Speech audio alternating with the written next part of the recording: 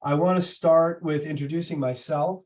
I'm Brad Kugler, the CEO and co-founder of Direct Mail 2.0. We are a direct mail technology company. We don't print or mail anything. We use digital marketing and layer it on top of direct mail to get about a 50% lift in response rate.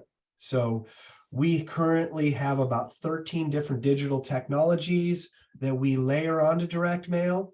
I'll give you an example, things such as call tracking, pearls, personalized QR codes, retargeting, geo-fenced ads, pixel tracking, so that we can attribute, enhance, lift, and report on the effectiveness of direct mail.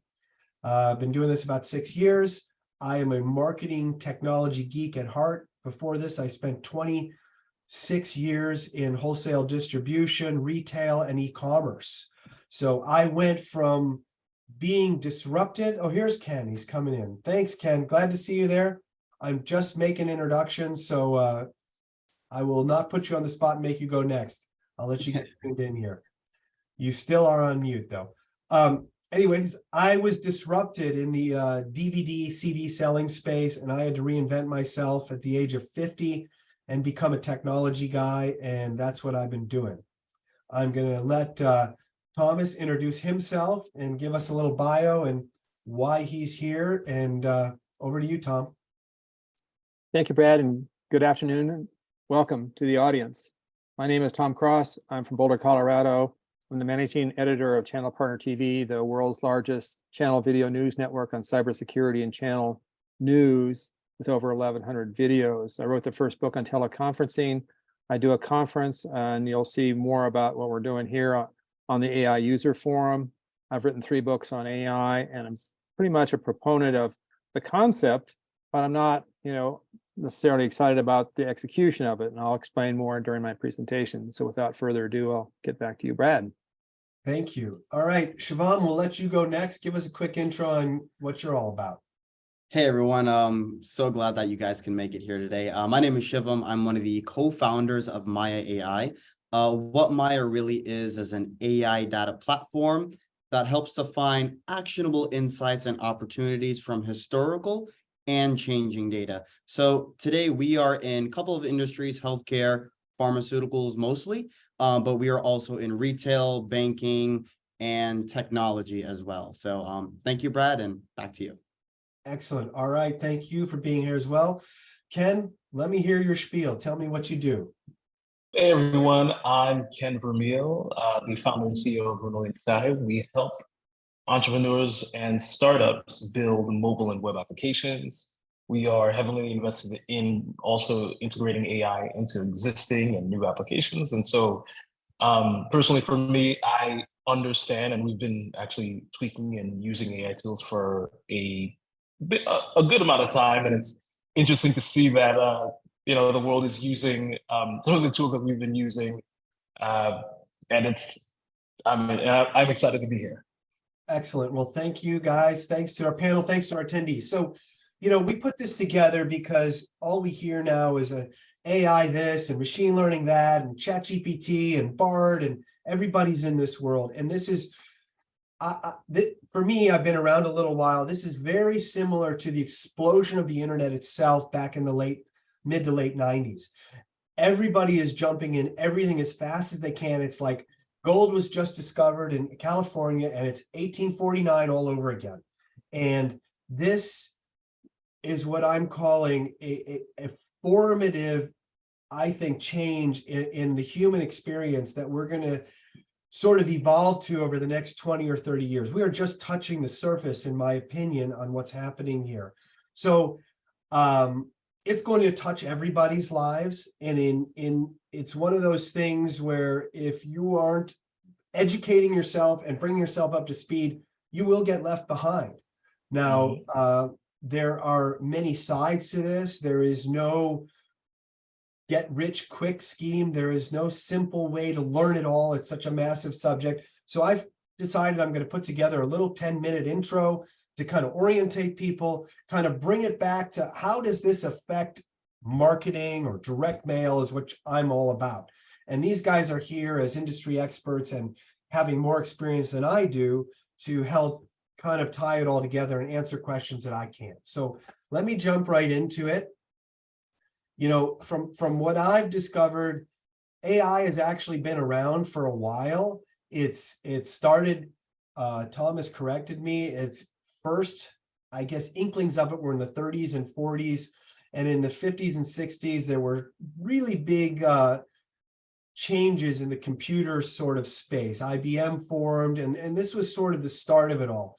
It accelerated a little bit in the 60s and 70s with the things I have here, and I don't want to get into these and spend a lot of time, but it advanced even in an order of magnitude in the 80s and 90s with neural networks and the beginning of machine learning up until about 2010 till now, where we've seen the explosion of deep learning and applications started as ChatGPT and sort of the other things. So it's in the news. Everybody hears it everywhere. Nobody can go 5 minutes without hearing about ChatGPT now. It's one of the quickest applications ever to hit 100 million users. I think it was 60 days. And if you've used DALL-E, which is a computer AI generated graphics tool, it's really interesting.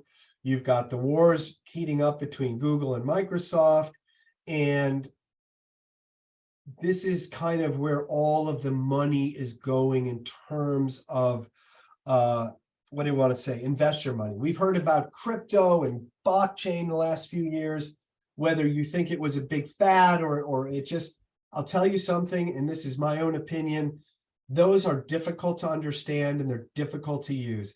Almost anybody can open a ChatGPT and ask a question and get an answer.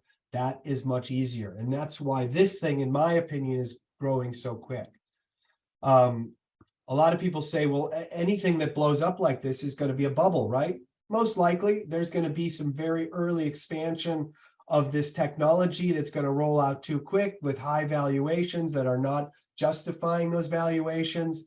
And I wouldn't be shocked if we can see something very similar to what happened in 1999 with the dot-com bubble. All right. One of the interesting things here is there's a lot of ethical considerations, which I'm saving, and we're going to discuss that in depth here because it's different and deeper than the dot-com explosion of the late 90s. The investment in this sector is $154 billion estimated this year.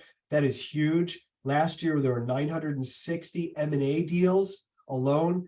And what's really going to fuel this fire is there's $6 trillion of capital sitting in VC, PE firms, and the public markets ready to deploy that's being held back because of this economic uncertainty. And everybody wants to jump into AI. So, you know, you raise a sign and you've got an AI product, people are going to throw money at you. All right.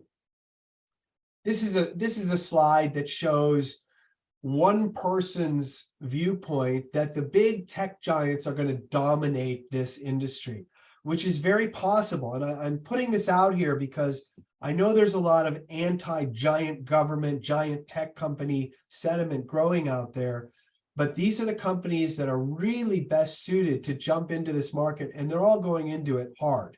So keep your eye on all the big boys. What makes a good AI? Obviously, AI is completely reliant on the data that it's founded on. If that data is not owned, or if that data is not accurate, and there's not a continuous flow of new data being fed into those learning models, well, then that AI is only as good as its snapshot of that data at that point in time. All right. So it's very important when you look at an AI product, platform, company, whatever, check out their data sources. Do they own it? Is it proprietary? Is the data being fed into it accurate? You know, there's already lots of talk about ChatGPT giving out bad data and wrong answers. Well, any AI is only as good as the data that goes into it. All right. And that being said, and this is one of the first segues into it, is marketing is really a great place to use AI because of the constant new data, because of the proprietary data sets that marketers are compiling and have ownership to. So great place to use AI. What are the overall sectors of AI? This is from an article of some of the research I've done, and generative AI, where it generates answers based on natural language processing, like ChatGPT. You ask a question, the AI goes out to a data set based on all sorts of language rules and again, the availability of the data at hand, and it produces a plain language answer. This is what most of us are familiar with. Internet of Things, IoT. Every device coming out these days either has some internet available application. Even our refrigerators, our ovens, of course, are going way beyond our phones. My sprinkler system, my pool meters will all communicate with the internet and thus are available to be upgraded with AI technology. Robotic automation. This is, if you follow ARK Investments, a big New York Wall Street firm that moved down to St. Pete, Florida, they are going deep into robotic automation. You've got all of these robots now being perfected that then connected with AI. Whoops, here you go, Cyberdyne Systems and Terminator 2 all over again. And I'm sure we'll discuss that. The metaverse, to me, I feel this is a specific generational target. I don't know that this applies to everyone. I've tried it. It hasn't bitten me the way it's bitten some. I think it could develop, but it hasn't for most yet. Computer vision. Computer vision is the AI or machine learning reading of images or the creating of images and using the data in pixelated images to propose a solution, a change, or some sort of other event based on images fed into it. So these are all major sectors of AI. How is AI transforming marketing and digital mail? Well, very easily. Personalizations, customer segmentation, predictive analytics, chatbots and conversational AI, and sentiment analysis. How are people reacting to the marketing? I'm not going to go deeply into each of these because we can discuss them, but personalization, the more that you can speed up and automate personalization, marketing recipients respond to personalization. AI makes this much better and much quicker.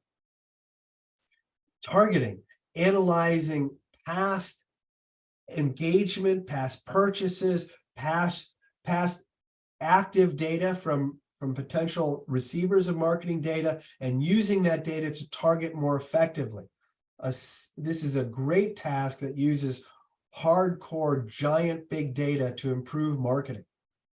Optimization, tracking these responses in real time, adjusting the response or the new marketing algorithms based on immediate response data. You can now target digitally almost instantly and improve results on a minute by minute, hour to hour basis. And obviously you're going to reduce cost and you're going to increase lift with the result of AI.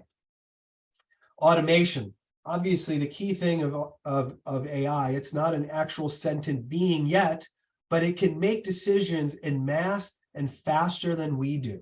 So by using this data, you can make business decisions, marketing decisions, any decisions much, much quicker.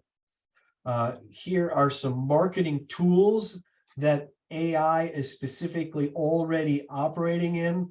I add our new DM20.ai, which we're putting together, and I may have time to tell you more about that later. But anyone doing any type of print marketing, we are in this business to stay, and I'm spending a good amount of my time educating myself so I don't become a dinosaur or irrelevant about this. So at that point, I hope I've kept to my time limit. I'm going to turn it over to Thomas for a quick presentation on some of his things. I'll admit he's a little bit of a protagonist, an antagonist to the general thing. And I respect his viewpoint, and it may come across as a little bit different than most of you will come on. But hey, what do we learn if we all think the same way? Go ahead, Thomas. You got 10 minutes. You there? Yeah. All right, here he is. You see my screen? I see can this? see your screen. Let Okay. me make sure that everyone else can. It says I'm viewing your screen. Can anybody confirm that everybody sees Thomas's Okay. screen? All right. Great. Okay, you got the floor, man. Have at it. Thank you and good afternoon. Thank you, Brad. These are some highlights from an executive seminar that I do on building an artificial intelligence marketing and business due diligence and validation strategy. I think it's really important before we get started on getting all enthusiastic about it. We need to look back at why AI has failed and failed badly for forever, really, and it will still continue to fail because there's just trying to solve too many issues at the same time. And here's 7 reasons why it fails. I think it's really important that we kind of look at, the legal, intellectual property, copyright, ethics issues too. I'm not a fan of this signatory thing that they did today. I think Elon should fix Twitter in the meantime. But also, I really think it's important that we kind of understand what's fake, what's real out there. Those are the real issues, and making sure if somebody uses AI, the actual information has some reality to it, and people rely upon it for good decision making. Because if bad data, as Brad points out, equals bad decisions. So you got to figure that from the begin with. I think there's also the other thing is unrealistic AI results. People think that it's going to solve all these problems. It's like the shiny new toy thing. It's not. I mean, ChatGPT may be able to solve or write a grammar statement, but it's not going to help you figure out the weather or help you drive a car or anything else like that. So failure to understand where we're going with this is really important as well. Number 3, venture and investors, that's the part of this thing. There's been so much money thrown at this. And I think that there's a lot of people got to fess up to the fact that this, for the most part, has failed miserably for the last 20 years. I wrote my first book on AI in 1989. So I've been around for this industry for quite a long time, and I've seen so much failure going on out there. So I think those are really important. The other thing is that AI companies don't want to hear anything bad and don't want to tell their customers that, stuff's going to happen out there, that they're really not going to solve all their problems. So there's kind of, I think, needs to be kind of an ownership, a reality check to, what is the problem they're really trying to solve out there, and how realistic can they do that? Because otherwise, people are going to try AI or try the solution, and it's going to fail. And Brad pointed out, he showed 20 different marketing things. There was just another list of another 50 different AI companies. AI is not one thing. So you got to really understand, what is going on out there. And I think the same thing at the enterprise C-level. I've interviewed a lot of C-levels, and they've spent millions of dollars on this technology, and they have not seen any results. And I'll explain why and what is, in my opinion, AI, and how to solve these problems, but realistically understand that this is going to fail, and you've got to start from that perspective, and don't assume that it's going to be some shiny new toy that's going to solve everybody's problems out there. The next thing is cybersecurity. This is, if you've read the White House cybersecurity thing, if you followed the NACD, National Association of Corporate Directors, put out a 104-page security handbook for boards level people on cybersecurity. And I think we need to understand how that's going to impact AI, because if your AI system gets attacked or you get attacked, and I think someone wrote an article, Critical Insight, that a really good article on how ChatGPT is going to be used to program or write ransomware. So we can't, I agree a little bit on the idea that we should be looking at, where AI is, but it's not going to stop. The cat's out of the horse has left the barn, so there's no stopping this. That letter is just nonsense about how we're going to stop AI. Oh, we're going to take a pause. Well, who's going to take a pause? The Chinese, the Russians, whoever the bad actors are in this process out there. I think we got to really take a look at that. The other thing is that there's just so many things that as a society, we cannot solve. Sadly, Tennessee, gun violence is causing lives. Why don't we work on that? 23 people in Mississippi died this week.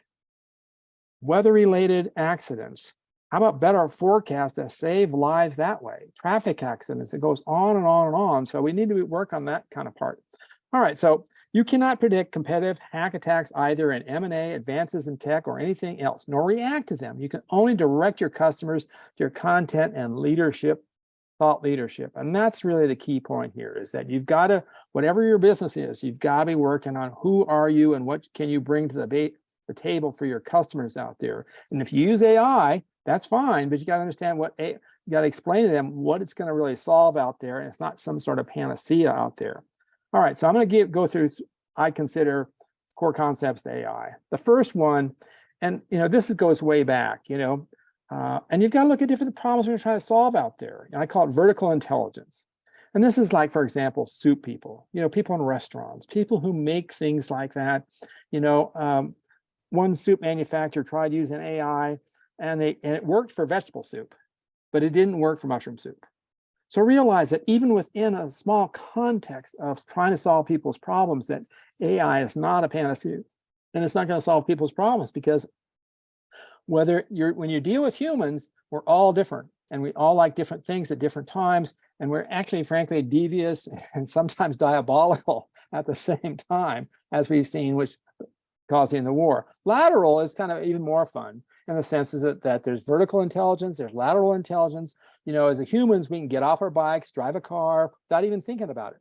We can get in an airplane. We can even fly an airplane and go to different places. And so what is the AI trying to tell us or help us solve? Can it help the pilots do better things? Could it interact with the weather system to do better forecasts, to fly a better plane, a faster plane, et cetera? I think that the questions become so complex that there's not going to be any one AI or a multitude of AI systems that need to be solved on that. Especially, you apply that to marketing. Marketing is not one thing. Is it blimps, billboards, stadium ads? What is it that really works out there? What resonates on that? You've got to try a lot of different things.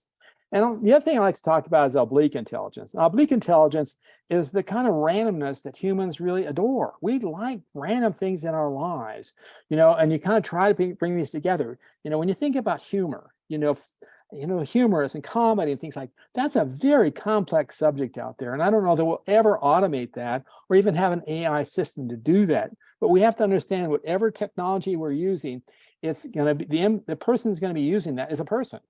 And that person has different needs at different times, and they're going to change. And so one needs to kind of build these things as kind of, I like to think as kind of a complex of network together. Because the human mind isn't a computer. It doesn't compute things. It's a connection device. It connects ideas. When I say red to you, that can be 10 different things to another person. If I say car to you, if I say pizza, I don't think we have enough time to talk about that. So I think we need to build a long-term view of what we're going to do with that technology and see how we kind of work towards that. It's a very dynamic and changing industry, and even the academics underestimate the rate of change. So oddly enough, in the last few months, it's changed a lot. And now we've got 100,000 or 100 million people trying to use ChatGPT. For what reason, I don't understand. I still question the copyright on that, plagiarism, things like that. Focus on the compelling business issue. I mean, every business has problems and pain points that they want to gain from. So whether it be delivery, complex order processing, EDI, ESG, and those kinds of things, how can AI solve those problems and maybe compartmentalize? We have an AI system for ESG. We have another AI system for DEI, and they're very different systems. And realize that it's not going to be one great big, monolithic AI system out there. The other thing is build an AI business model. What is the goal? How does it fit in? How does AI fit in an approach at an intermediate and long-term business model, as well as there's an internal or external business to be sold to others? So I think we need to see how that fits in. And I think it's all possible. But what I have seen out there time and time again for decades is that no one is really working on that part. Now, one way you can do this, I think heat maps are a good start. Humans like heat maps. We like weather reports. Weather reports, a heat map of sorts. Look across the United States. Heat maps of knowledge, and how can those be automated? I think if you're going to look at heat maps, you can look at your competitors, look at your solutions. What's selling, what's not selling out there, things like that. Global issues. How does the weather impact oil prices? How do oil prices impact people's buying habits? The Silicon Valley Bank, to me, is a bigger issue than ChatGPT, because that's going to have a dramatic impact. It's had a dramatic impact on most all business and customers out there. What is a good bank to use out there? So you have to understand where you kind of fit into these heat maps and how they work together. We've built one, we call it cross net points, but the idea is that you kind of bring together a lot of different factors together, and you bring them together to solve the problem. Because you're not taking a kind of a silo approach, and that is what has happened out there. They see, AI I'm going to use for my trucking. I'm going to use a different AI system for my shipping. Each one's very different. Well, we're solving different problems out there. We need to solve them differently. So how am I doing? I got 5 more minutes. So anyway, I also think that, again, I've mentioned this before, terrorism is gonna get us. That scares me more than anything else, because we're so, I think, so complacent about it. It's going to happen to someone else. And, it's not, it's going to happen to you. And I think that we need to step up the AI effort into cybersecurity to protect people, because I've done over 800 videos on cybersecurity companies, and they all tell the same thing. Stuff's going to happen. We may detect the stuff, we may not. Stuff's going to happen, but we may not be able to solve it. Stuff's going to happen. And if you get screwed, hit, too bad. Now, on a more positive level, rethink the CEO. The CEO is really an awesome person in the company, whether it be Iger at Disney, or they brought back the new HSBC guy, et cetera, for the banking or whatever, Jamie Dimon. These people really understand their businesses, and they're really great leaders out there. And I think we need to take AI out of the basement, so to speak, and out of the coding area, and we need to move that expertise up the food chain. And I think if you want to start with AI, start with the CEO. How does the CEO think? What is the CEO thinking about? Where are their plans? They may not tell you all their plans, but it's a great place to start. And I think we need rethink those kind of processes. Other way to do it is look at your customers. Each customer is a bit unique, and you need to start out where they are in the process, and how to help build them through the process. If you're going to offer an AI solution, you need to be talking to them. Okay, what is it you're trying to solve here? What do you need out here? What can we do this? Maybe we can't do that. Maybe they're willing to do that, help you do it. Anyway, I put together kind of like what I call a future roadmap. Put together a roadmap where things are going. Where do you think things are going, not just with your product, not just with your industry, but where things are going in general, as far as intelligence and technology, and put them all together, whether it be a heat map or a roadmap or et cetera, and kind of take a look at where things are going, how you're going to fit in. Where's your plan from 5 years from now? How does these all things fit together? Brad brought up IoT, big thing. All right, here's a few trends for you, and then I'll stop. All right, if you haven't watched the movie, the greatest movie of all, science fiction movie of all time, is The Day the Earth Stood Still. I still think it's my favorite. And this is a picture of Gort. And Gort was a robot. He destroyed things, and he would have destroyed the Earth had we messed up. But I do think that ChatGPT is not real AI. I think it's like an advanced grammar system. And I think we need to think about, what is it really going to happen out there? I am really fascinated by quantum. I think quantum is a really game changer, both on the criminal side as well as on the positive side. And when you think about it, it's going to be 50-50 or even 60-40 crime beats, goodness, so, but, when you look at the technology out there, et cetera. Also, I think that the privacy issues, the reputation issues are very important for our business to consider. That Federal Reserve Zoom porn bomb was pretty bad. I think, people's got to take a look at how your technology, if you're making technology or using technology, if you use it and it causes harm to your customers, where will you be then? I also think that, Brad didn't want me to use that F word, so I won't say F bombs, et cetera, but I can use F ups. This is a picture from the Gulf, at the bottom of the Gulf. And this is why I love this picture, because it was a place the humans could not go to. Solving a problem of the Gulf oil spill. And while we haven't had one recently, good grief, it could happen anytime soon. And so that's what's going to happen. The pandemic is one of those things. And Silicon Valley Bank was a small one, but will have a big impact out there. I also think we're just kind of like sidestepping. Oh yeah, pandemic, COVID's gone. Have a nice day. We don't have to wear masks anymore. No, there's going to be a next one.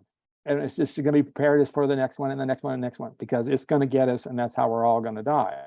I'm skipping conclusions because I'm running out of time. You just come to get my seminar, and I can do that for you. And I've got a few last slides here. The competition has this time prevented us from knowing enough about them, but we have not prevented them from knowing far too much about us. So keep in mind that the competition's out there is always going to come after you. They're going to come at you from different ways, et cetera. We're doing a call for papers at the AI User Forum. You're welcome, submit a paper, come to our conference. It's going to be hybrid and online, and here in Boulder, Colorado. and this is a little bit more about that. There's my book called Mind Meld, stuff like that. And there's just a final thought. This is from a great book. You've got to be, I think, really realizing how devious people are. And I think that, Chamberlain, who has been noticed for his appeasement out there, he was a very devious person too. It wasn't just like he was a passive thing, trying to avoid the war that he saw, World War I. He was very devious person. He hired people to go after his competitors out there. And I think that's really important to realize.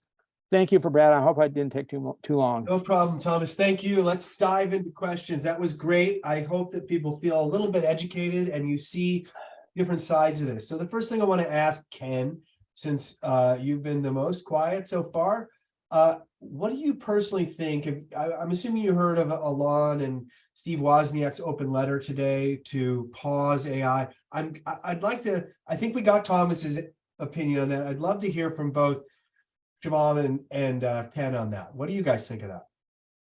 So the interesting thing is I'm in the middle on this. So I'm very optimistic about AI, but I'm also very worried about AI. Me being a programmer, I understand that you can build something one way and you can watch the users use it in a way that is unintended. And from there, you can see that, yes, people are going to use it in nefarious ways. The letter that Elon wrote today, and well, the open letter was they do need to put a pause on artificial intelligence. And my gut says that they are correct. The reason being is that there is no oversight. You can, even though these algorithms, well, I call them algorithms, but these AI agents are becoming very sophisticated very quickly. The problem is it is moving too fast for us to understand the second order consequences that may happen by releasing these AIs into the world, right? There does need to be some type of legislation that says, hey, you know what, your AI cannot go on the internet and do nefarious things. There does need to be something there in order to, there needs to be a stopgap. Right now, there is no stopgap. And usually we run into a stopgap when something terrible happens, but by that time it's too late. So we don't necessarily want a nefarious actor to create an AI that does something terrible. We don't want the AI to become autonomous, which I think that we're some ways, like we're some time away from there, but we also want to be careful that we don't stifle innovation, because if we don't do it, we meaning the United States, somebody else will. I agree. Great. And let me hear your thoughts, Shubham. What do you think on this?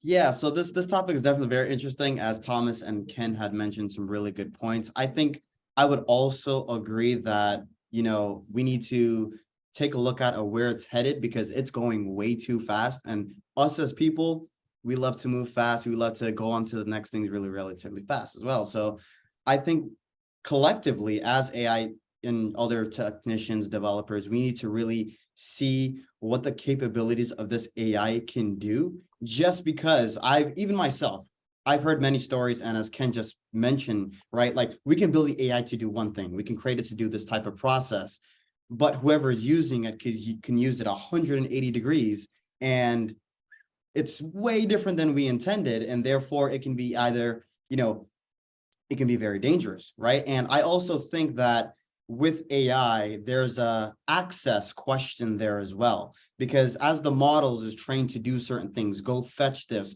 go fetch that, what is stopping the AI from going to a public access points, getting some of that information and thinking about it, right? Another part of that is like some of the way these AI thinks and biased information, right? Like, is the AI going to scan over Wikipedia to deliver medical insights? I don't think that should be there, but does the AI know that?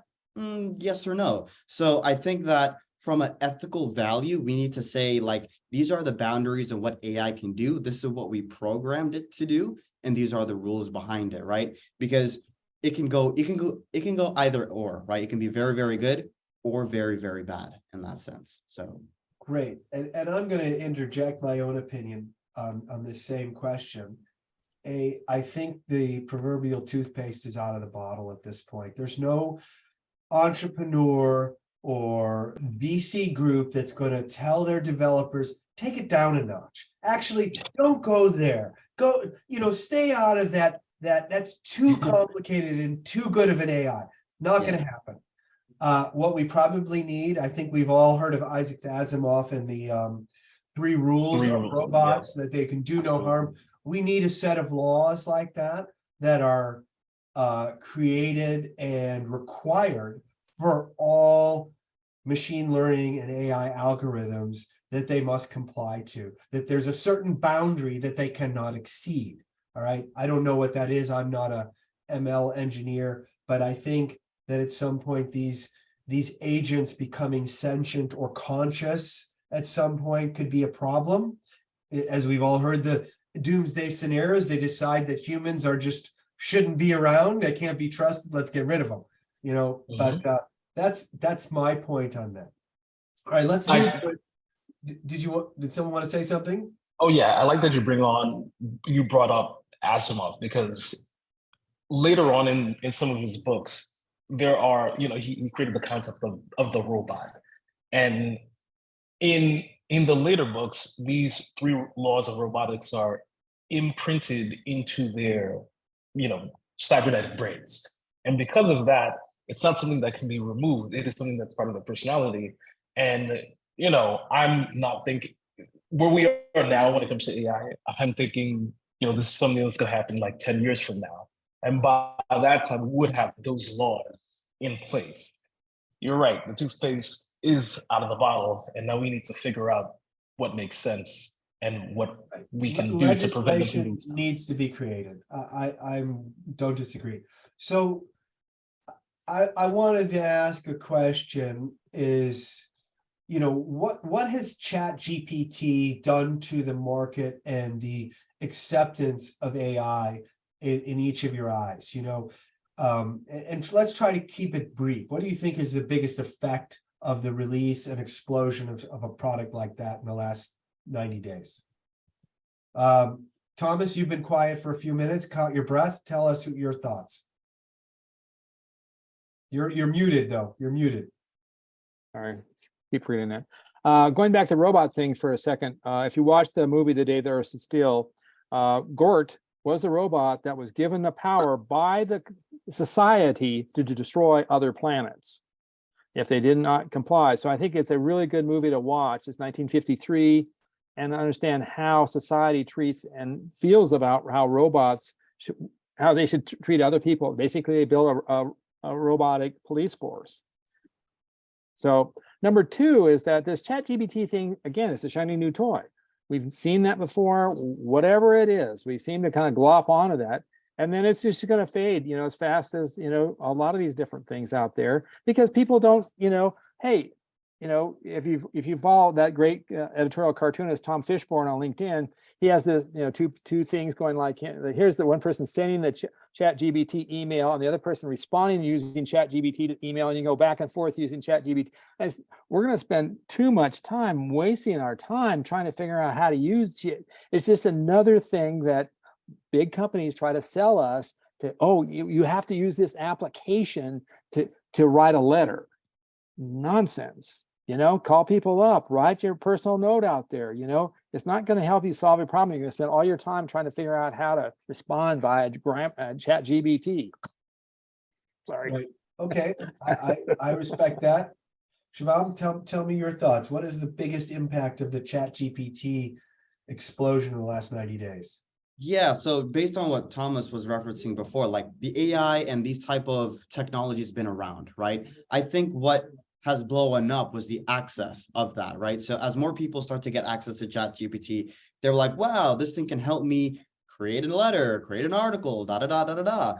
But what I think from an innovational side, it made us more adaptable. That says AI is here. Now, the next step to that is like, how do I leverage it or how do I use it, right? That's on the innovative side. But I think what it did to the market was it shook it up a lot and saying, hey, like this is the new advancement of technology. And this is where it's going to lead to eventually, just based on how the market's moving, what these other companies are creating, Tesla, Microsoft, etc. So I think OpenAI strategically produced ChatGPT to say, hey, this is the new emergence of tech.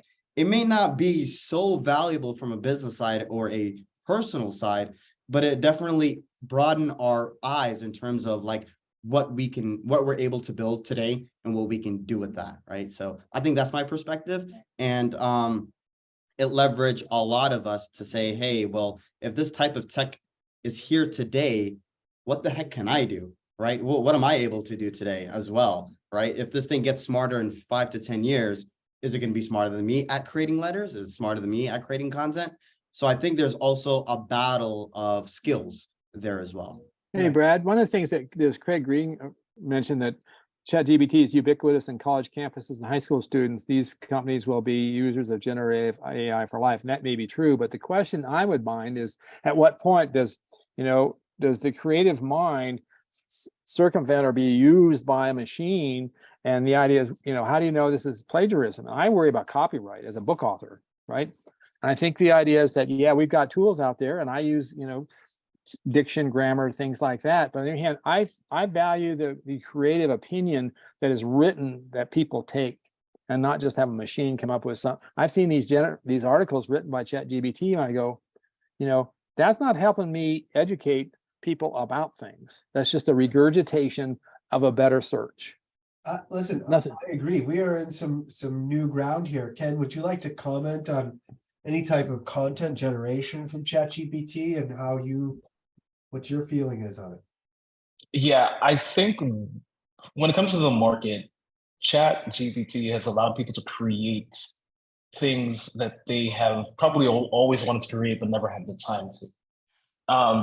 It gives the advantage of, hey, I want to write a chapter of a book. Okay, kind of help me along and outline the chapter of the book. Fill in some of the spaces here and there, right? I think that moving forward, everybody's going to be doing some type of prompt engineering, in where you're having AI fill in the blanks for you. The thing that people are mistaken about is that they think that it's going to replace the what, right? So if I want to create a blog post, I can say, hey, I want to create a blog post about X. And then I can go in and ChatGPT, and it's going to pull in some data, and it's going to give me some stuff. And honestly, you shouldn't copy and paste the blog post right out of ChatGPT, because it's going to be a little bit inaccurate. There are going to be some 7-finger hands in there. And then what essentially will happen is the person who figures out what is the most valuable, what is going to be the person that's going to be innovative. Right now you're seeing content flood the market, and a lot of it is just gibberish, and a lot of it is not necessarily creating value.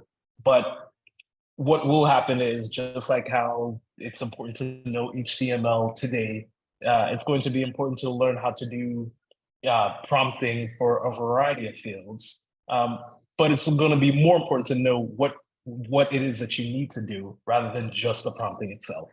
Right. That makes sense. I've got some commenters here. Alex Elliott says, when are we getting to direct mail and AI? We'll get to that in a second. I'll segue to that. What we're trying to do is understand the implications of using AI in any kind of marketing. And I wanted to make a point on, and this is relevant to any sort of content or digital marketing using an AI tool, is the validity of the data, the veracity or the non-plagiaristic content being created.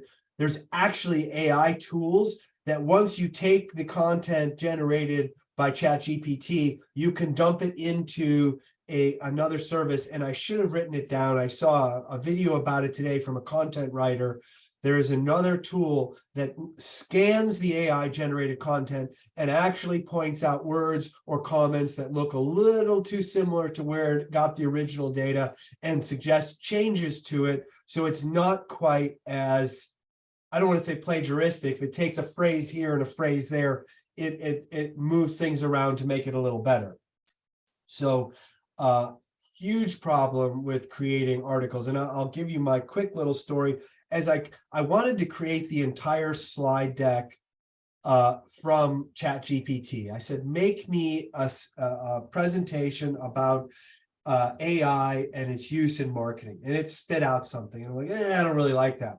And it spit out something again. And I didn't really like that. And then it spit out something that was a little better. And I still took it and edited it myself. So in the end, did I really save any time? I mean, I had fun playing with it, but in the end, it was close. It definitely sparked the creative juices to come up with ideas and bylines and headlines and bullet points. I still had to research those bullet points or refeed them into the prompt to get more dissertation or discourse on those bullet points. But I don't know, did it really save me anything? And to sum it up, my point is the prompting of an AI is where the new skill set is going to have to come from the next generation. As we learn how to speak to an AI, there will be positions created in companies that do nothing but give the right prompts to elicit the correct, most idealistic, efficient response. So that's my point. I want to go on to try to focus in on marketing. And I'll start with Shivam, why don't you tell me, how would you use AI in marketing? Let's move past the content writing option into more of a digital campaign, a print campaign. Where do you see AI used in marketing?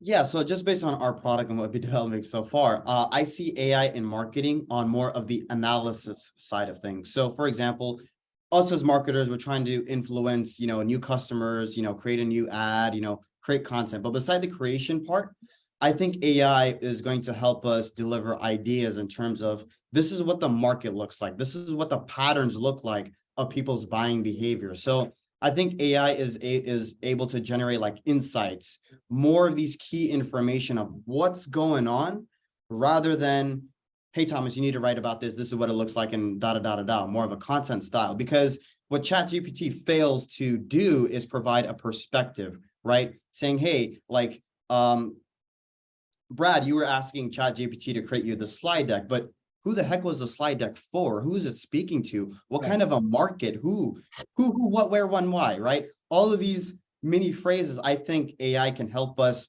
understand that before we come to the generative part side of it. So I think it's helping us find these key indicators of, what does the economics look like? What did FDA just provide in terms of policy changes, right? All of these manual research, I think AI can help in that aspect even more than the generative side of things. And that's just I completely agree. The analysis side and others. All right, Ken, what is your advice on AI in marketing?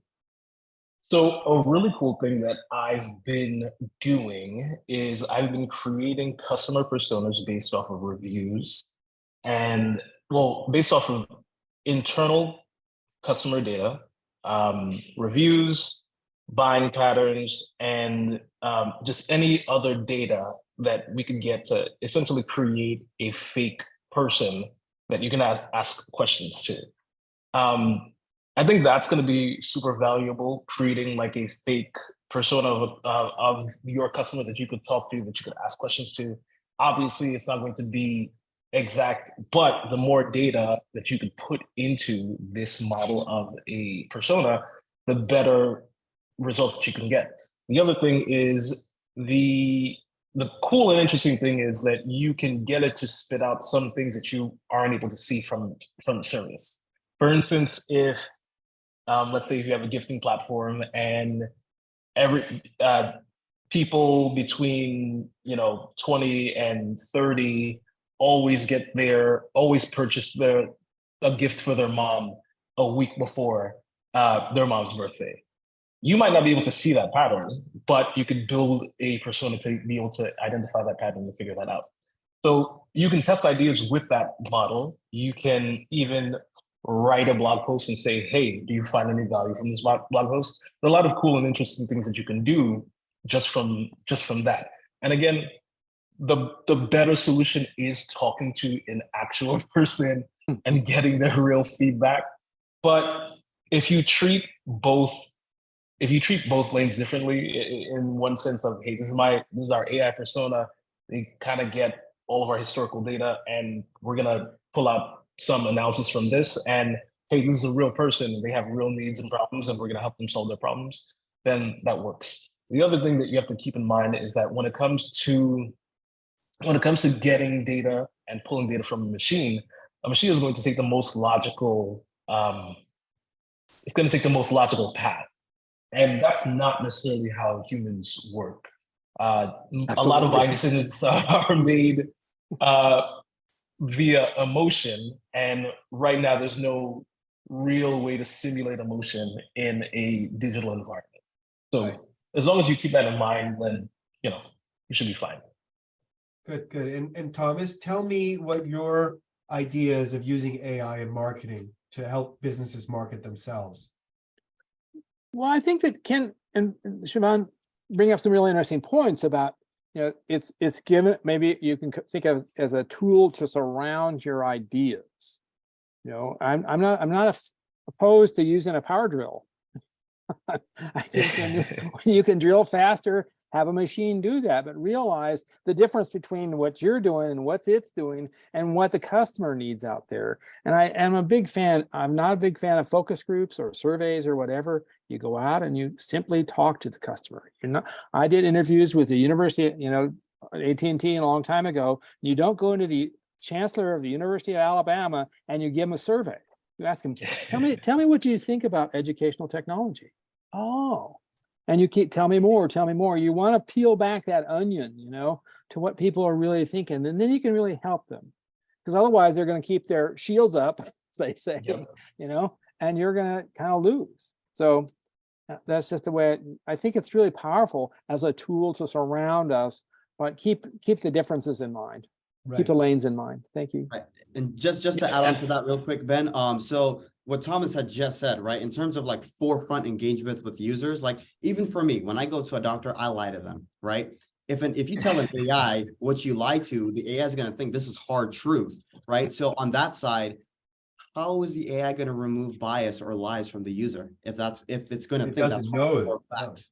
Yeah, no, that's exactly a good point. Well, I'm gonna take a second. I want to explain how we're using AI in a marketing or direct mail related world. And you tell me if I'm right or wrong. And I'd love the audience in this as well. I'm almost doing a little product research here, by the way. So I apologize for taking this soapbox opportunity to sort of get feedback. So as you know, we do digital campaigns in conjunction with direct mail. We've been doing this for 5 years.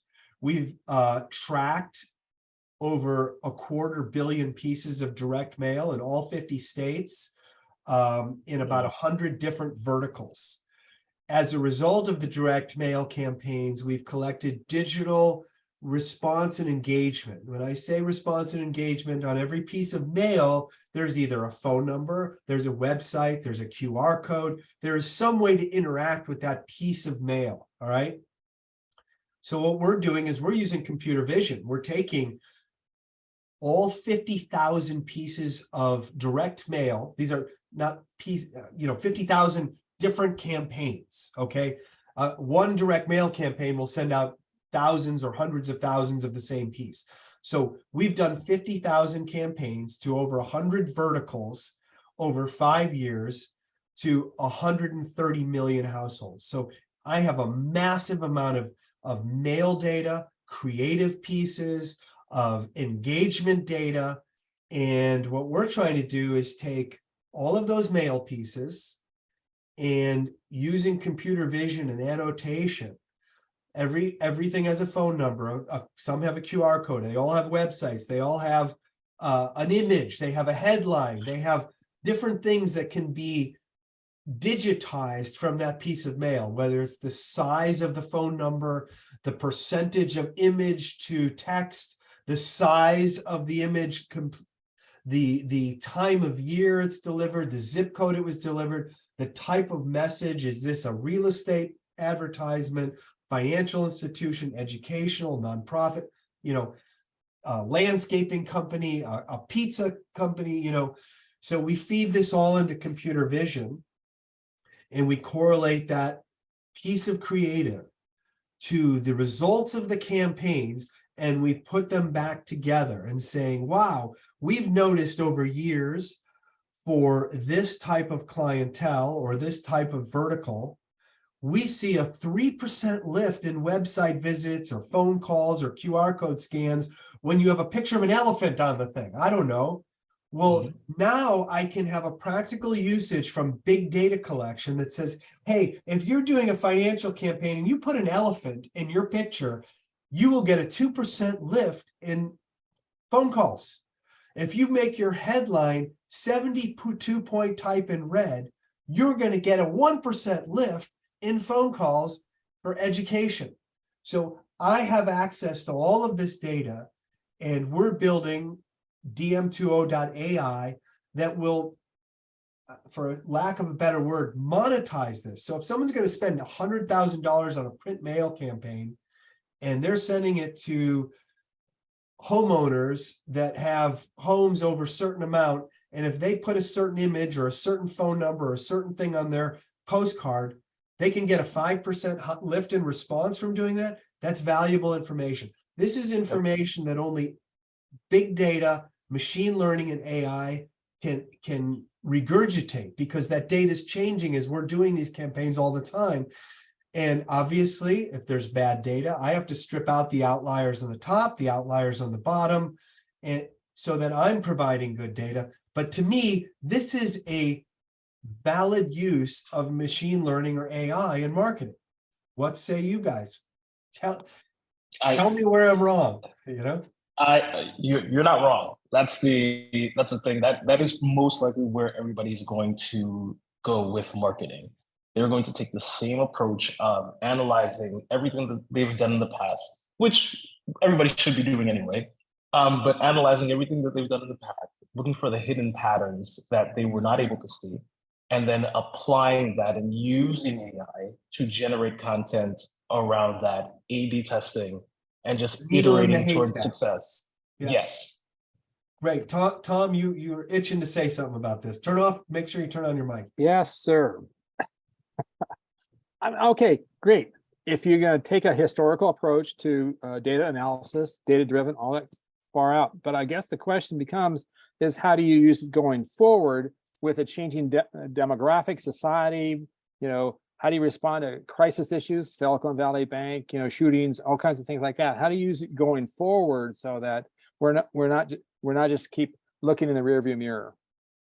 Well, to me, this is purely a marketing thing. I'm not trying to solve societal issues with this. I'm trying to help my clients get a leg up on their advertising ROI due to the fact that I have 5 years worth of proprietary direct mail and digital marketing data.